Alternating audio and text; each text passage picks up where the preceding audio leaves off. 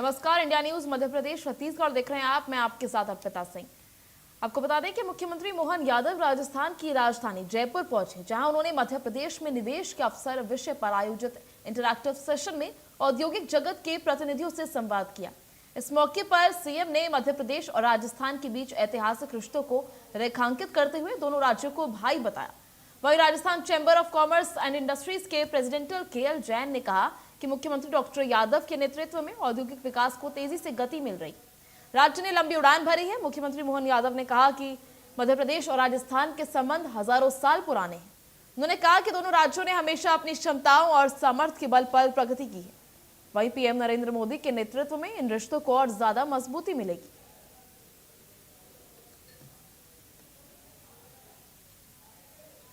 हमारे लिए सौभाग्य की बात है। सच में राजस्थान और मध्य प्रदेश तो जुड़वा भाई की तरह, ये परमात्मा की कृपा है।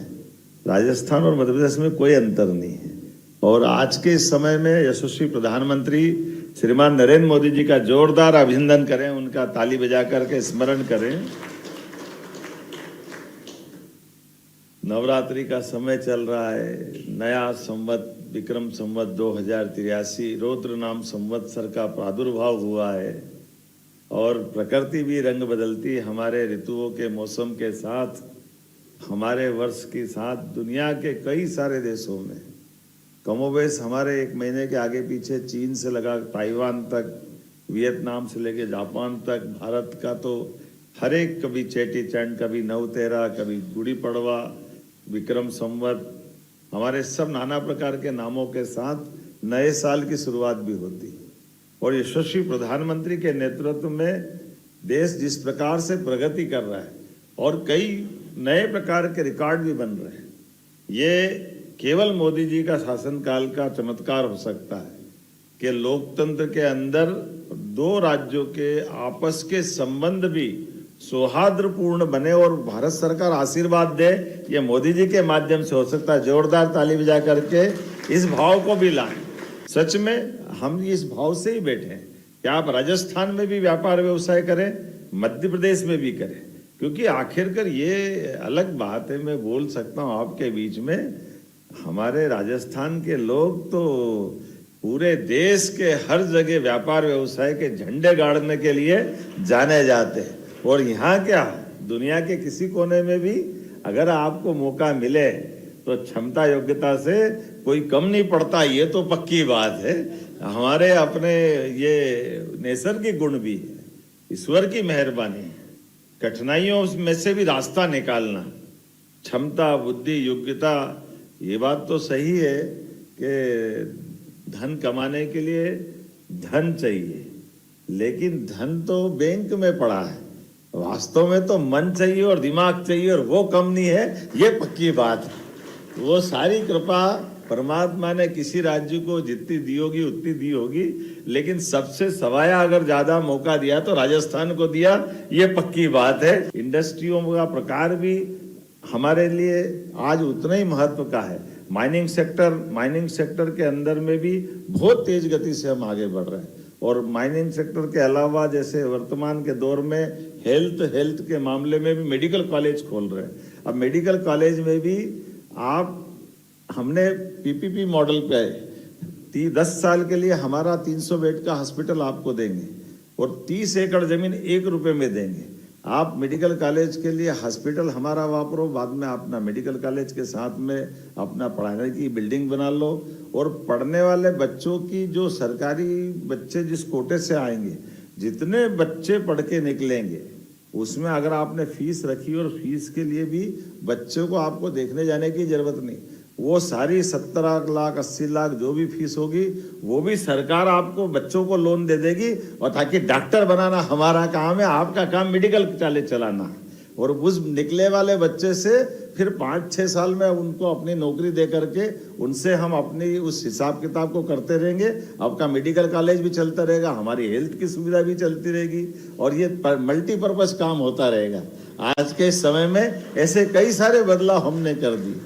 ऐसे इसी के समान आज के समय में दूध उत्पादन के लिए भी हम आगे बढ़ रहे हैं। दूध उत्पादन के लिए अब गौशालाएं भी हम बड़ी बड़ी खुलवा रहे हैं। तो इंडस्ट्री वालों की दृष्टि से 5,000 से 50,000 तक की गौशाला आप खोलो तो गौशाला के लिए 200 एकड़ से लेके 400, 500, 700 एकड़ जमीन भी हमारी तरफ से देंगे।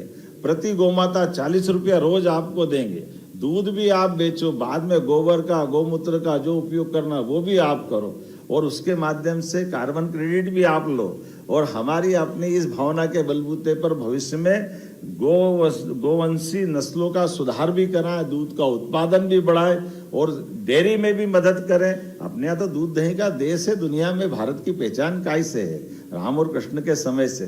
और ऐसी गौशालाओं को भी प्रोत्साहन दे रहे हैं और व्यक्तिगत भी डेयरी के लिए उत्पादन बढ़ावा दे रहे हैं।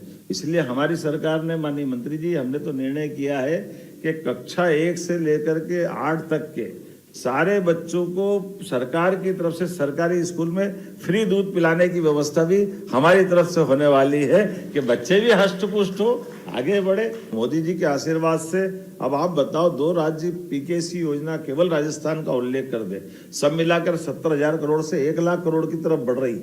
और 1 लाख करोड़ की योजना में केवल हमारा दोनों राज्य का तो 10% लगना है और बाकी सारा पैसा भारत सरकार देगी। ये कैसा आश्चर्य हो सकता है। और भारत सरकार बगैर संकोच के, मोदी जी स्वयं आकर के इस बात को अनाउंस करते हैं। हमारी अपनी ओर आज राजस्थान के साथ जब मैं बात कर रहा हूं तो राजस्थान का ये गौरव, स्थापना दिवस का समय भी चल रहा है। मुझे लगता है गुड़ी पड़वा ही मनाते हैं आपके यहाँ का, तो मैं अपनी ओर से आपको इसकी बधाई भी देता हूँ, आपका अभिनंदन करता हूँ। और गणगौर जी की पूजा भी चल रही है, घर घर अलग अलग प्रकार से।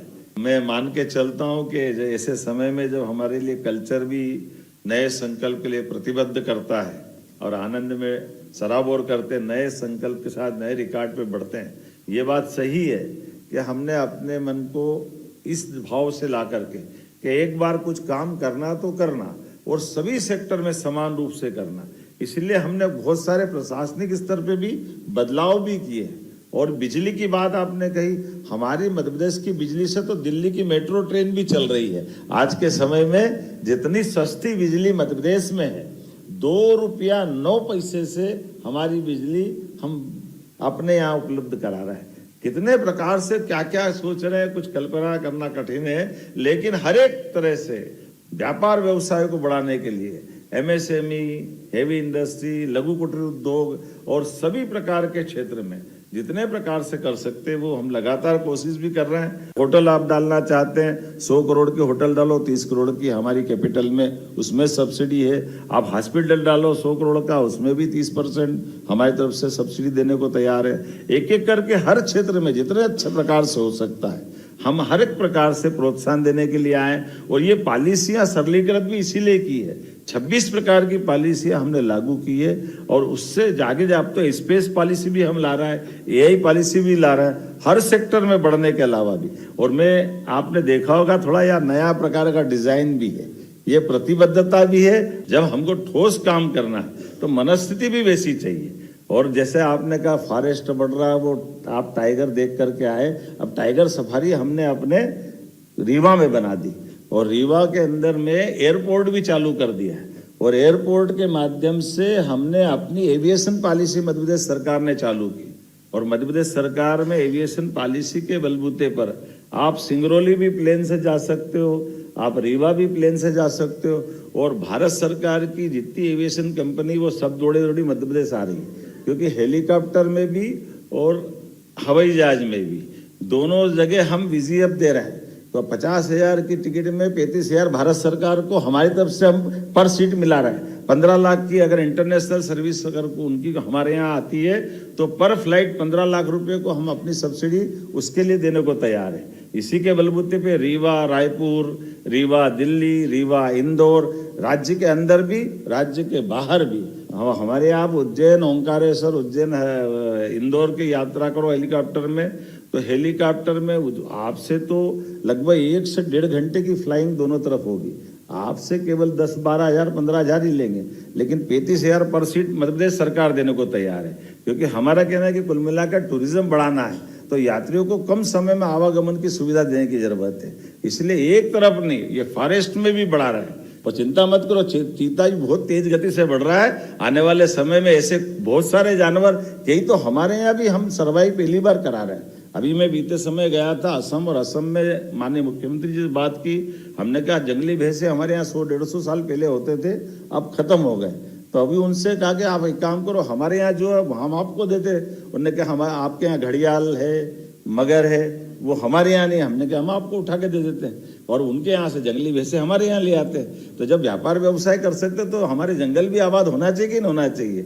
सरकार की ओर से हमने रोड शो किया है और इन्वेस्टमेंट से संबंधित सभी प्रकार के विभागों की पॉलिसियों पर विस्तार से बात की। राजस्थान और मध्य प्रदेश जुड़वा भाई की तरह है। सबसे कहा कि हमने राजस्थान में भी आप व्यापार व्यवसाय करें, मध्य प्रदेश के साथ भी करें, अपने काम धंधे के बलबूते पर दोनों राज्यों की समृद्धि के लिए, बेरोजगारों को रोजगार दिलाने के लिए और सभी प्रकार की संभावनाओं पर आगे बढ़ने का ये सही समय है। माननीय प्रधानमंत्री के नेतृत्व में जब देश आगे बढ़ रहा है तो राज्यों को मिलकर भी इस तरह से आगे बढ़ सकते हैं। मैंने अपनी ओर से विस्तार से सारे लोगों का आह्वान किया कि हमारे अपने राजस्थान और मध्य प्रदेश की सरकार मिलकर कई सारी योजना पे काम कर रही, जैसे पार्वती काली सिंह चंबल योजना पे जल का बंटवारा किया। इसी प्रकार से टूरिज्म से लगाकर बहुत सारे सेक्टर में बढ़। इसी कड़ी में अब आगे चलते हैं, जहां अपने जयपुर दौरे के दौरान मुख्यमंत्री डॉक्टर मोहन यादव ने लोकसभा स्पीकर ओम बिरला से सौजन्य भेंट की। इस दौरान सीएम डॉक्टर मोहन यादव ने लोकसभा स्पीकर से प्रदेश से जुड़े मुद्दे और विकास कार्यों को लेकर चर्चा की।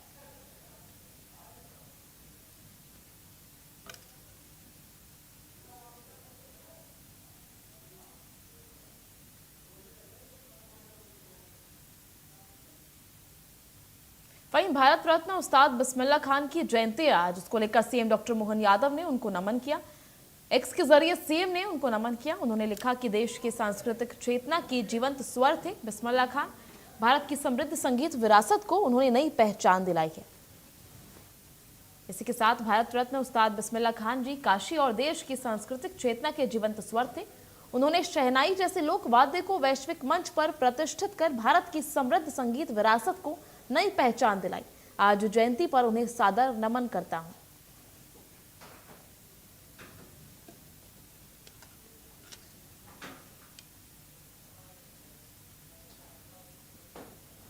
तो चलिए अभी के लिए बस इतना ही। आप देखते रहिए इंडिया न्यूज मध्य प्रदेश छत्तीसगढ़।